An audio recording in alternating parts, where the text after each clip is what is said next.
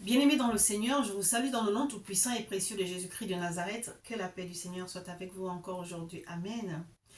Ce soir, je voudrais encore parler à une femme, une sœur, une mère, une fille. Amen. Que le Saint-Esprit prenne le contrôle. Alléluia. Femme, la parole de Dieu nous dit dans le livre de Éphésiens chapitre 5 au verset 33, du reste que chacun de vous aime sa femme comme lui-même, et que la femme respecte son mari.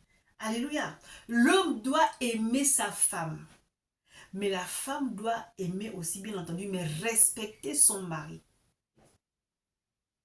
C'est la parole de Dieu qui le dit. La parole de Dieu aussi nous dit que femme soit soumise à ton mari. Ça veut dire que tu dois respecter ton mari. Ça ne veut pas dire que tu es esclave. Non, tu lui dois du respect. Amen. Bien-aimés, nous allons aller dans le livre d'Esther, chapitre 1, à partir du verset 10. La parole de Dieu dit ceci. Le 7e jour, le cœur du roi était réjoui par le vin. Il ordonna à Mehuman, Bitsa, Arbona, Bitga, Agatha, Zéta et Carcasse, les 7 eunuques qui servaient devant le roi Assuérus, d'amener en sa présence la reine Vasti avec la couronne royale, pour montrer sa beauté au peuple et aux grands, car elle était belle de figure. Il faut retenir ça. Elle était belle de figure. Amen. Mais la reine Vasti refusa de venir quand elle reçut par les eunuques l'ordre du roi. Et le roi fut très irrité, il fut enflammé de colère. Bien-aimé, j'ai dit quoi? Que la femme, tu dois respecter ton mari.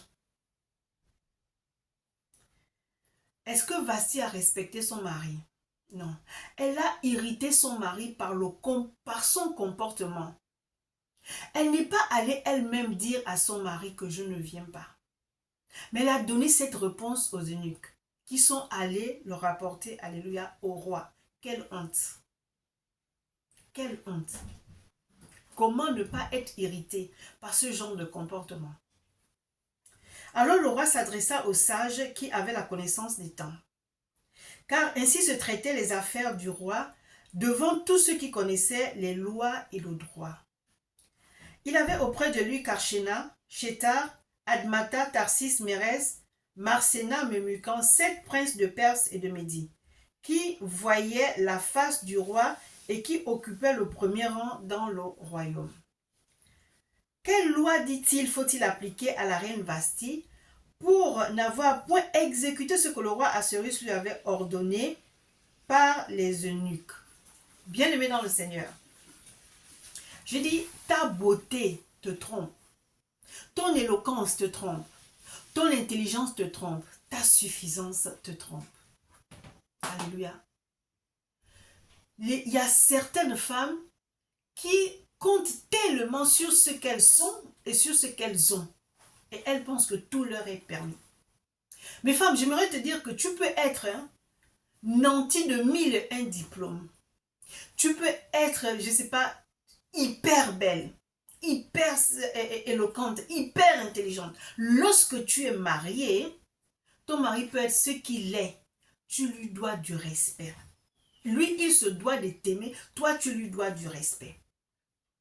C'est vrai qu'avoir un mari qui est alcoolique, c'est embêtant, quoi. C'est très dérangeant. Je nous l'accorde. Mais regarde la position de ton mari, la position qu'il occupe. Il demande à ses sujets de venir te donner un message. Ta réponse est négative avec dédain. Et ce sont ces eunuques-là, ces sujets-là qui vont lui dire que non, tu as refusé de venir. La sagesse voudrait peut-être que tu appelles, parce que vous n'êtes pas dans la même pièce, et lui dire que tu ne viens pas. Mais la sagesse voudrait encore même que tu partes et faire acte de présence. Vu la position de ton mari, position ou pas position, mais je veux dire, là je parle parce que c'est le roi. Tu dis carrément non, je ne viens pas. La parole de Dieu nous dit qu'elle était belle de figure. Amen. Elle était quoi? Belle de figure. Mais bien aimé dans le Seigneur, lorsque tu désobéis à ton mari, lorsque tu fais honte à ton mari, lorsque tu irrites ton mari, il y a des conséquences. Et surtout que le roi était entouré des princes qui connaissaient la loi. Ils ont posé la question de savoir qu'est-ce qu'on peut faire à Vasti puisqu'elle a refusé de venir chez le roi. Pour ne pas que les femmes des autres princes, les autres princesses agissent comme la reine, il fallait qu'il y ait un édit. De dire que la femme doit respecter son mari. Sinon, si le roi ne prenait pas de décision, beaucoup de femmes ne respecteraient pas leur mari. Vous voyez, à cause de notre orgueil, on perd l'estime des gens. Tu perds même l'estime de ton mari. La parole de Dieu nous dit que Vasti était très belle de figure. My God. Mais le fait d'avoir honni son mari, sûrement elle l'a dit avec prétention. Parce qu'elle savait que son mari avait trop bu. Mais vous savez, quand on occupe certains postes, lorsqu'on est épouse d'une personne qui est assez haut placée, il faut avaler certaines choses. Tu es obligé d'honorer de ta présence. Même si ton mari est sous, même si ton mari est comment? Tu vas faire en sorte qu'il ne puisse pas se comporter n'importe comment. Ta présence va peut-être calmer certaines choses que si tu n'es pas là, il va faire n'importe quoi. Il va boire davantage, alors que si tu es là, tu vas lui chuchoter à l'oreille et il va être sage. Mais tu dis carrément non. Mais sa beauté ne l'a pas sauvée. Elle a été disgraciée. Elle a perdu la couronne. C'est ainsi que tu perdras la couronne quand tu te comporteras comme ça devant ton mari. Elle était reine. Elle était belle de figure. Cela n'a pas empêché au roi de prendre une décision. En plus, il était entouré des personnes, certainement qui étaient plus âgées que lui, bien sûr, et qui ne pouvaient pas accepter ça. C'est notre roi. Cette dame, malgré sa beauté, malgré son éloquence, sa prestance, elle n'est pas digne d'être reine. Elle n'est pas digne d'être reine. J'aimerais dire à une femme ici que le respect pour son mari est d'une importance capitale. Avec le respect que tu donnes à ton mari, tu gagnes l'amour de ton mari. Tu gagnes beaucoup de choses autour de toi, dans ta belle famille, dans ta famille. Mais lorsque tu es toujours sur tes échasses, tu es toujours sur ton orgueil, tu es toujours en train, tu sais pas moi, il n'y a que toi. Parce qu'on dit que tu es belle de figure, parce qu'on dit que tu es très élégante, on te fait toujours des éloges. Et toi, tu penses que ces éloges-là t'apporteront quelque chose ou t'amèneront, je sais pas moi, quelque part. L'orgueil précède la chute. Bien aimé dans le Seigneur, tu as beau être belle de figure, mais quand tu fais des mauvaises choses, ça se ressent sur ton visage. C'est-à-dire qu'on ne remarque même plus ta beauté. On se focalise sur ce que tu fais de mal. Parce que c'est ce que tu montres.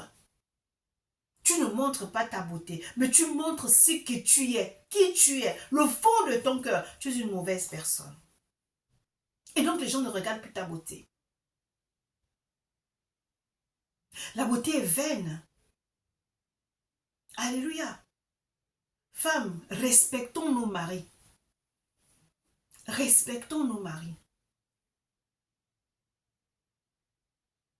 Est-ce qu'il n'y a que nous, maris, qui faisons des bêtises? Nous aussi, nous faisons des bêtises. Alléluia. Alors, Vasti était belle. Je reprends ce verset. La parole de Dieu dit qu'elle était belle des figures. Est-ce que la beauté de Vasti a retenu le roi? Non. Non. Parce que si le roi avait laissé ça, imaginez-vous, vous êtes épouse d'un ministre. Vous êtes épouse d'un pasteur. Et ce jour-là, il y a une grande cérémonie. Peut-être que tu t'es disputé avec ton mari la veille. le jour de la cérémonie, tu brilles de ton absence. My God. Femme d'un ministre d'État, c'est vous qui recevez. Mais tu brilles de ton absence. Ce sont les employés de maison qui font tout. Attends, qu'est-ce que tu veux qu'on pense de toi? C'est ce genre de comportement-là qui pousse les hommes à aller chercher d'autres filles. Qu'on dit les chisa.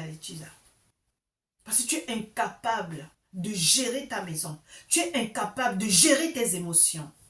Alors il faut que tout le monde sache que tu es en colère ou qu'il s'est passé quelque chose dans votre couple. Et toi qui es femme de pasteur, toi qui es censé être l'exemple, quoi, montrer un modèle, toi qui es censé conseiller les jeunes filles qui sont mariées, comment elles doivent être avec leur mari. Non, tu fais quoi? Tu brilles aussi de ton absence. Non, de ton absence. On sait que tu n'es pas malade, mais parce qu'il s'est passé quelque chose, alors tu laisses ton mari, le pasteur, avec tous les invités. Et ce sont les hôtesses qui s'occupent, ce sont les hôtesses qui font « Ah, femme, jusqu'à quand? Jusqu'à quand? Jusqu'à quand? » Alléluia. Tu n'es pas indispensable. Vasti était belle de figure. Elle a perdu la couronne. Quelqu'un d'autre l'a remplacée. Quelqu'un d'autre l'a remplacée. Beaucoup me diront, mais c'est honteux d'être à côté d'un mari qui boit et tout, machin. Mais là, la sagesse voudrait que tu te pointes. Et puis c'est tout. C'est ton maître, tu respectes. C'est ton Seigneur. Ce n'est pas facile. Mais on a l'obligation de le faire. Parce que c'est toi la femme. Tu dis non. Tu es sourd. Qu'est-ce que j'ai à faire avec toi? Comment je vais me présenter avec toi devant le monde pendant que tu es ivre? Waouh!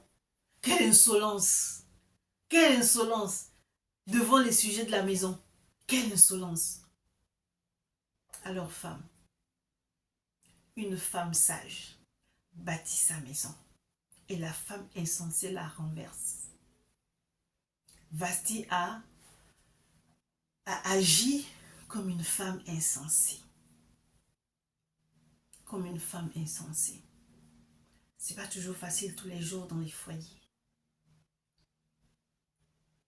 Mais regardez le comportement de la femme vertueuse. Même quand tout va mal, tu sais comment répondre. Tu dis tout va bien. Même si tu saignes au-dedans de toi, devant les gens, tu dis tout va bien. Parce que les gens n'ont pas besoin de savoir ce que tu vis, ce que tu souffres, ce que tu suis. Non. La cérémonie finie, vous rentrez. Et si tu dois parler à ton mari, vous êtes à deux. Tu dois crier sur lui, vous êtes à deux. Mais la sagesse aussi voudrait que tu te calmes si tu es en colère. Parce qu'en colère, tu peux dire n'importe quoi qui risque de passer ton entendement. Et ça va créer autre chose. Alors tu te calmes d'abord. Tu te calmes et tu vas devant ton Père Céleste qui va te remplir de beaucoup d'amour. Oui, je ne cesserai de parler de l'amour. Qui va te parler, qui va te calmer, qui verra que oui, c'est vrai que ton mari, ce jour-là, c'était pas ça. Mais tu as pris la peine quand même de partir. Tu as pris la peine de l'honorer. Et ton Père Céleste te mettra la paix du cœur. Et tu seras bien. Encore une fois, ton mari est ton maître, est ton Seigneur. Tu lui dois du respect. Tu n'es pas indispensable. Vasti était belle de figure. Mais elle a été disgraciée. Elle a perdu la couronne. Que cela ne t'arrive pas. Sois une femme sage qui bâtit ta maison. Que le Saint-Esprit te visite et que cette visitation puisse t'impacter et que tu changes de comportement. Si tu te retrouves, si tu as celui de Vasti, que ce comportement te lâche. Que ce comportement te lâche. Que tu sois une femme sage, une femme vertueuse. Que Dieu vous bénisse merveilleusement. C'était votre âme sœur et servante, le prophète Jérémie. Amen.